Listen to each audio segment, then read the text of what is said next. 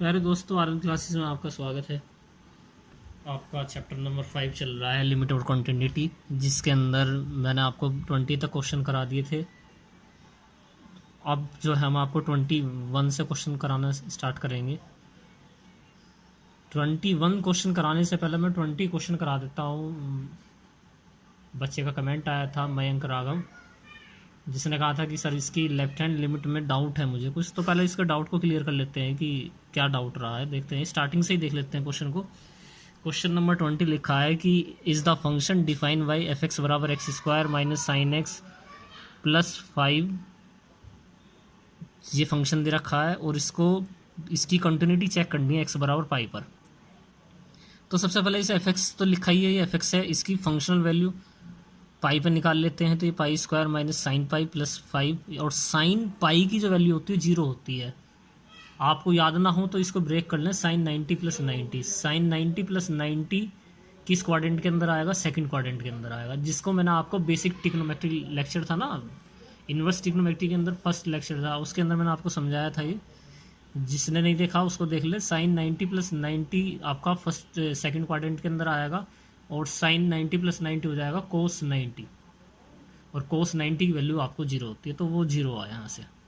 अब कमेंट आया था कि लेफ्ट हैंड लिमिट समझ में नहीं आई, तो लेफ्ट हैंड लिमिट ये क्या लिखा है?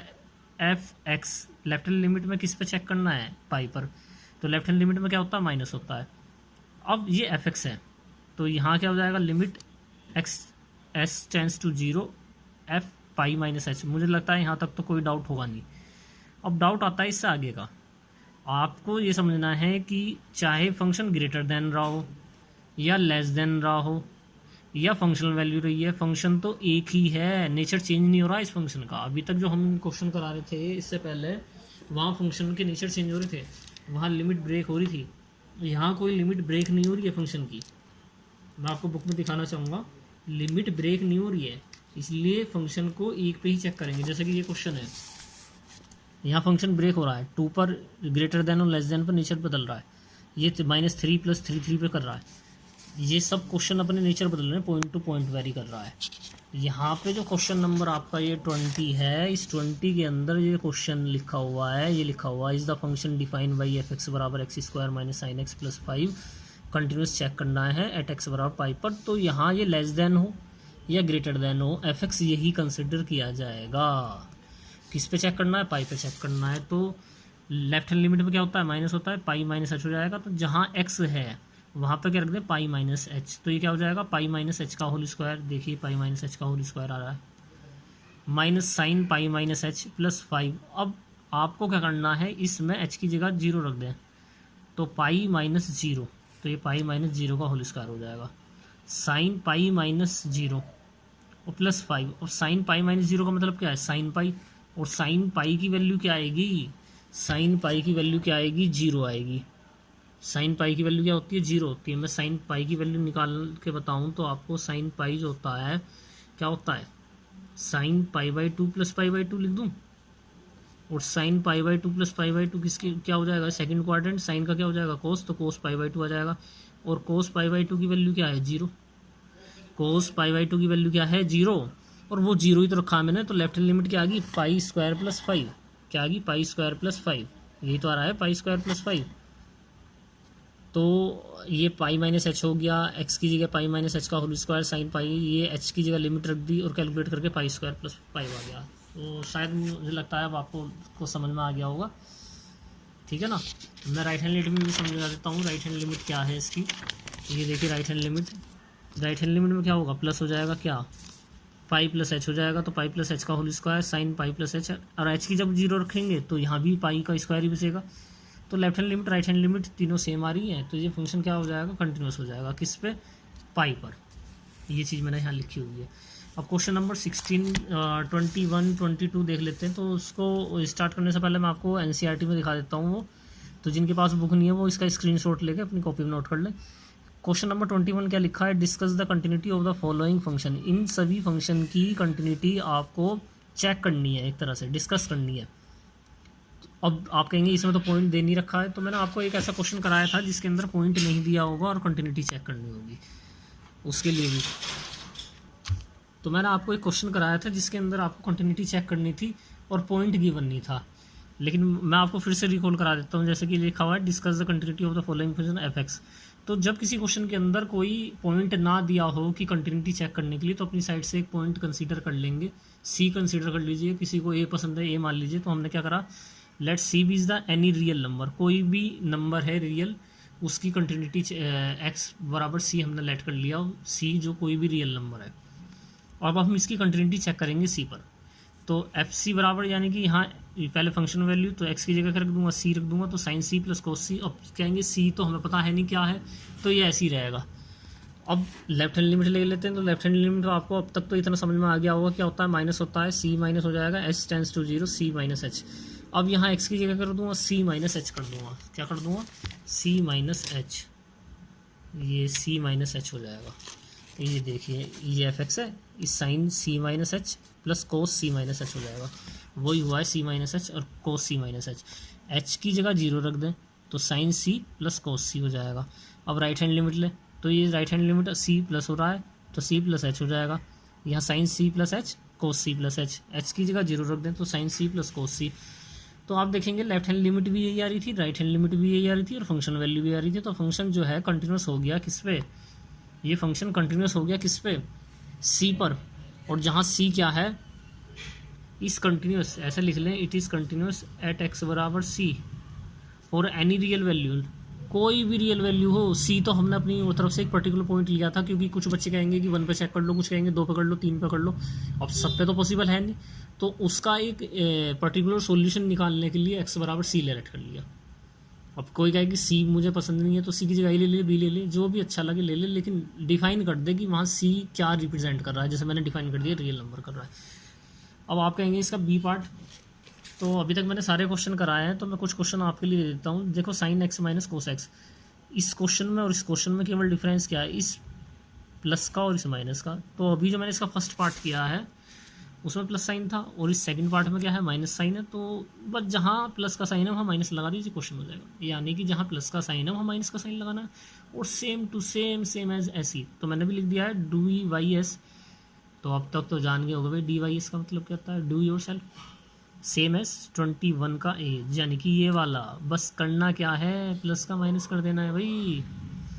अब इसका सेकंड पार्ट, इसका जो थर्ड पार्ट है, ये क्या लिखा है, sine x into cos x, ये भी बिल्कुल सेम टू सेम है भाई। अब इसमें क्या करना है भाई, इसमें इंटू लगा देनी है। इसमें क्या लगा देनी है, इंटू, ये देखिए इंटू लगा दें, ये क्या हो जाएगा, इंटू लगा दें sine x into cos x और डू योर सेल्फ 21 का एक, ये हो जाएगा ना। तो आप देख लें, ना हो तो कमेंट कर दें, सी पार्ट ना हो तो आप बता दें, ए बी और सी में से कुछ ना हो, लेकिन सेम एज ऐसी होने हैं, बस माइनस और इंटू का चेंज है। अब हम क्वेश्चन नंबर किस पे चलते हैं, 22 पे चलते हैं। तो 22 क्वेश्चन देख लेते हैं। 22 क्वेश्चन आपके सामने ये रहा। 22 क्वेश्चन क्या लिखा है, इसमें लिखा हुआ है discuss the continuity. Continuity discuss करनी है किसकी भाई, ये लिखा हुआ discuss the continuity of the cosine, cosecant, secant, cotangent.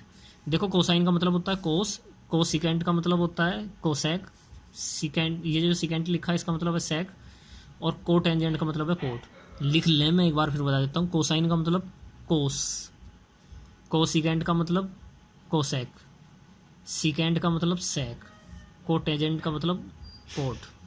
ऐसा होता है कोट, सेक, कोस, साइन, ये शॉर्ट फॉर्म है।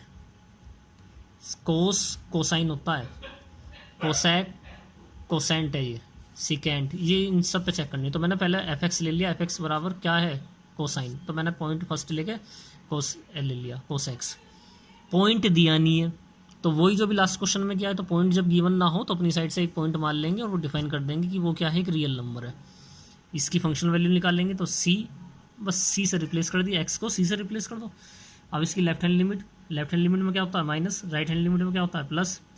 तो सी माइनस है तो ये क्या हो जाएगा, सी माइनस एच, ये क्या हो जाएगा, सी प्लस एच। यहाँ एक्स की जगह क्या रख दूँ, c minus h, c minus h रख दिया। यहाँ एक्स की जगह क्या रख दूँ, c plus h, c plus h रख दिया। वही वैल्यू रखो एच की, तो क्या हो जाएगा, एच 0, यहाँ भी एच 0, तो ये कोस सी आ गया, ये कोस सी आ गया। समझ में आया, मैं एक बार फिर समझा देता हूँ। कोस एक्स है पॉइंट दिया नहीं है, अपनी साइड से एक पॉइंट ले लें, फंक्शनल वैल्यू निकालें, लेफ्ट हैंड लिमिट निकालें, राइट हैंड लिमिट निकालें, तीनों सेम आ रही है, फंक्शन कंटिन्यूस हो गया किसी भी वैल्यू के लिए। ठीक है ना। अब इसके आगे का तो मैं कराऊंगा नहीं। सेकंड पॉइंट था क्या, कोसेकेंट यानी कि कोसेक। थर्ड पॉइंट क्या था, सेक एक्स। और फोर्थ पॉइंट क्या था, cot. Do yourself, point ले लें भाई सी, और ऐसे ही कर दें। नहीं हो कमेंट कीजिए। Question number 23 most important question paper में आया हुआ है, आपके 4 नंबर में आ जाता है लॉन्ग क्वेश्चन। तो जिसके एग्जाम का पैटर्न जैसा है उसमें लॉन्ग क्वेश्चन में रखा हुआ मिलेगा, बहुत ही इंपॉर्टेंट क्वेश्चन है।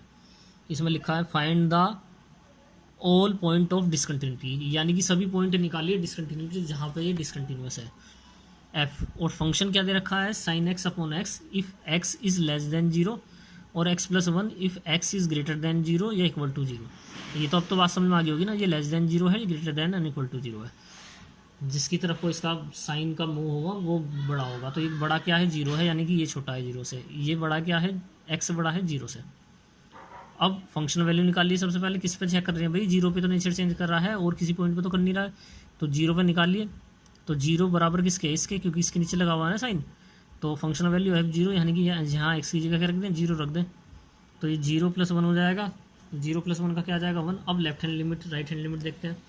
तो लेफ्ट हैंड लिमिट क्या है, एफ एक्स 0 माइनस है, तो ये 0 - h हो जाएगा।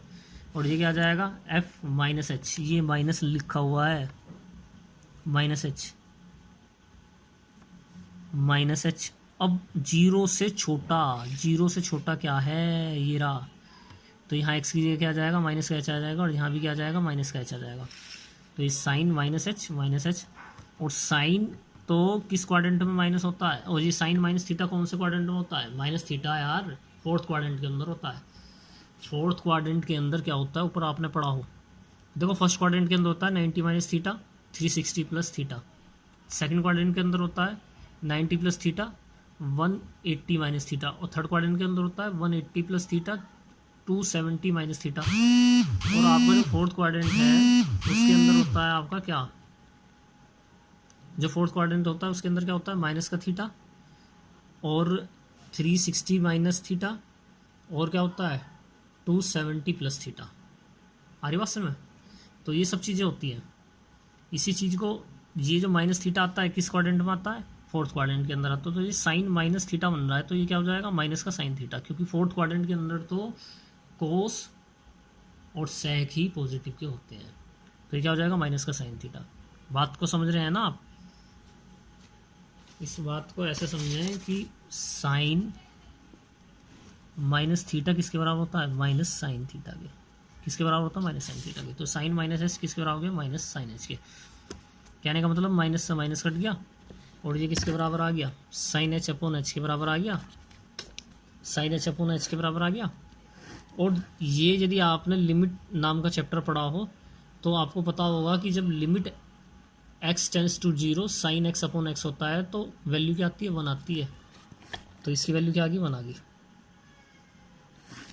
ये आपने लिमिट नाम के चैप्टर में पढ़े होंगे, मैं आपको फिर से बता देता हूँ। लिमिट नाम के चैप्टर में क्या है, limit x tends to 0, 3 basic फॉर्मूले हैं, वैसे फॉर्मूले तो बहुत सारे हैं, 3 का बहुत यूज है। एक limit x tends to 0 sine x upon x बराबर 1, एक limit x tends to 0 cos x बराबर 1, एक limit x tends to 0 tan x upon x।